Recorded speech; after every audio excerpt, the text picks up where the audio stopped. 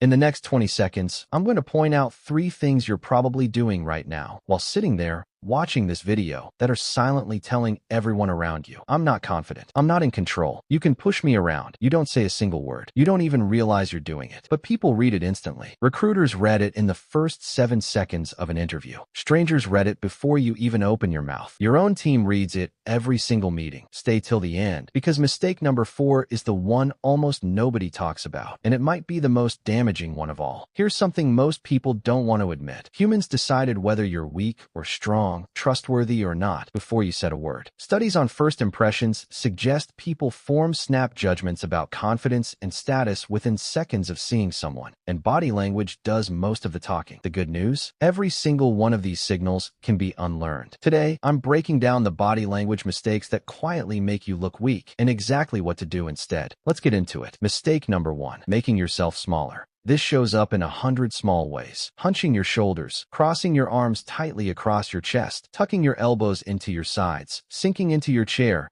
instead of sitting upright. Here's why this matters. In the animal kingdom, and honestly in humans too, size and space are directly linked to perceived power. Confident people take up space. They sit back. They let their arms rest naturally. They don't apologize with their posture. When you shrink yourself, you're sending a subconscious signal that says, I don't belong here, or please don't notice me. And people will pick up on that, even if they can't explain why. The fix: roll your shoulders back, keep your chest open, and resist the urge to fold inward when you feel nervous. Space is confidence. Take up yours. Mistake number 2, and this one is a combo. A limp handshake paired with darting or avoiding eye contact. Think about the last time someone gave you a weak handshake. It probably felt off, like something was missing before the conversation even started. That's because a handshake is one of the very first pieces of data someone gets about you. And a weak one reads as hesitant, uncertain, even untrustworthy. Now pair that with eyes that won't hold contact, flicking to the floor, the phone, the door, and you've basically told the other person, without saying anything, I'd rather not be seen right now.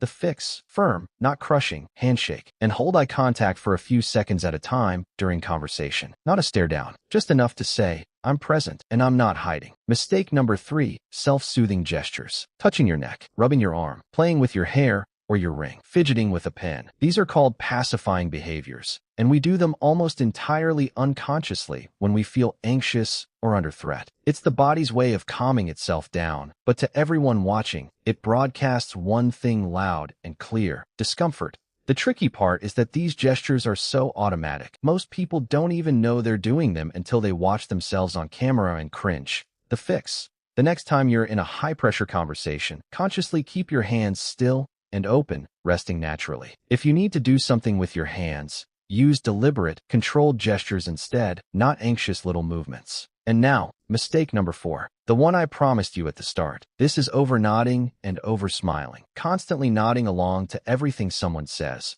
smiling reflexively even when nothing's funny, agreeing with your face before you've even agreed with your words. Here's the problem. This reads as approval-seeking. It tells the other person, on a subconscious level, that you need their validation more than they need yours. It flips the entire power dynamic of the conversation without either of you realizing it. This one is sneaky because it often gets mistaken for being friendly or being agreeable. And sure, warmth matters, but there's a difference between warmth and appeasement. Warmth says, I'm comfortable with you. Appeasement says, please don't be upset with me. The fix: let your face rest naturally between reactions. Nod when you actually mean it. A calm, neutral expression during conversation reads as far more confident than constant agreement. One more: rushing, walking too fast, sitting down too quickly, grabbing your things in a hurry. Talking faster the more nervous you get. Confident people move like they have nowhere urgent to be, even when they do. Rushed movement signals anxiety and low status, like you're trying to get out of the room or get through the interaction as fast as possible. The fix: slow down. Pause before you sit. Pause before you speak. It feels uncomfortable at first, but to everyone watching, it reads as complete control. So let's recap. 5 body language mistakes that quietly make you look weak. 1. Shrinking your posture. 2. A weak handshake and avoiding eye contact. 3. Self-soothing gestures like touching your neck or fidgeting. 4. Over-nodding and over-smiling to seek approval. 5. Rushing your movements. None of these are personality traits. They're habits. And every habit can be rebuilt. Here's the thing nobody tells you. Confidence isn't something you wait to feel before you show up differently. It's something you build by showing up differently. One posture, one pause, one steady gaze at a time. Because the moment you stop asking your body to shrink, the world stops treating you like you should.